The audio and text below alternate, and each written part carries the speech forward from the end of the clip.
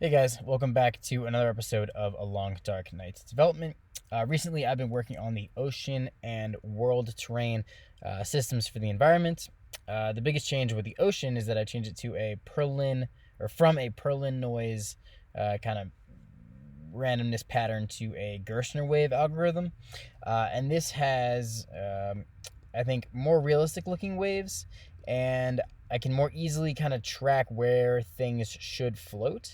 So, for example, if I hop out of the boat here, you'll see that I'll kind of float at the surface of the water like I would hope to, I guess. And previously, this was just kind of a flat plane, so this kind of more natural, waves, buoyancy, floating kind of effect, I think, is a pretty cool addition. If you want to learn more about Gerstner waves, this is a really good article by Cat Like Coding. It talks about basic sine waves and then Gerstner waves and kind of how they're derived and a bunch of the math.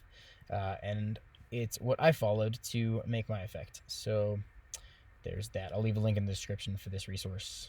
Moving on, I've hopped into Unity, the game engine, to show you kind of what's happening under the hood. So the ocean is actually a big disk that follows the player. This creates a nice, even horizon line. Previously, the ocean was a grid. It was much smaller, so you had these kind of hard edges in the distance. Now, with it being a circle, it's a nice, clean horizon wherever you go. And if you actually look at the topology of this mesh, you can see that most of the detail is packed into the middle. So the waves are most clear closest to the player at all times. And as you get further and further away, there's less detail, but the player can't really see this. So it's a bit of an optimization that I wanted to make. Furthermore, all of the waves and effects and foam things are all based on world position. So as I move the mesh around, pretty much it looks like it's not moving, at least right in the middle where the player is. Moving on to the terrain, this is based on the height map from Acadia, which is on the coast of Maine, which is where much of this game takes place. And it doesn't have a ton of detail here yet. You can see I started painting some of the beaches, and I threw some of the locations in, so you can see the player's house is in this corner, and the graveyard is in this part of the map, and there's some rocks here, just playing with some little decorations. I'm not putting a ton of work into this yet because we don't know exactly how many locations there will be in the game and how far they will be from each other. But I wanted to get a system in place where I could add them later. Okay, the last thing I want to show off is the new music that our composer made for the intro sequence. I have some notes and it's not totally finished yet, but I'm going to just hit play and let you guys listen to it.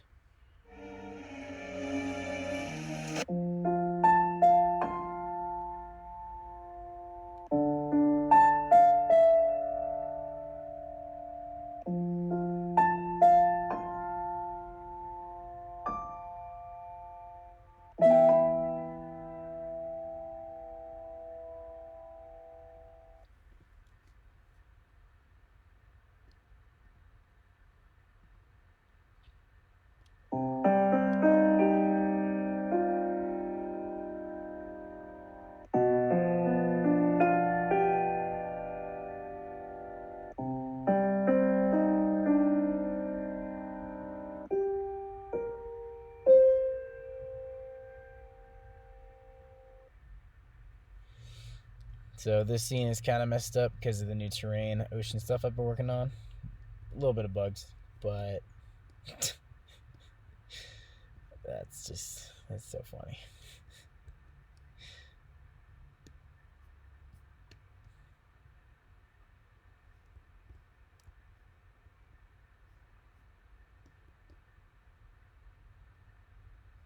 I turned off captions.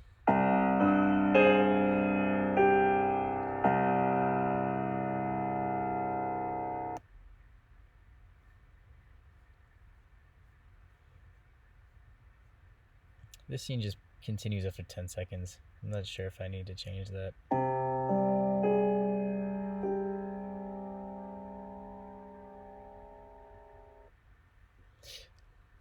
This sequence ends as soon as I walk out of the room, but I do have 3 audio clips that he made that I want to tie to probably like opening the door or something. So it's like a few more piano notes, and then you move out here, and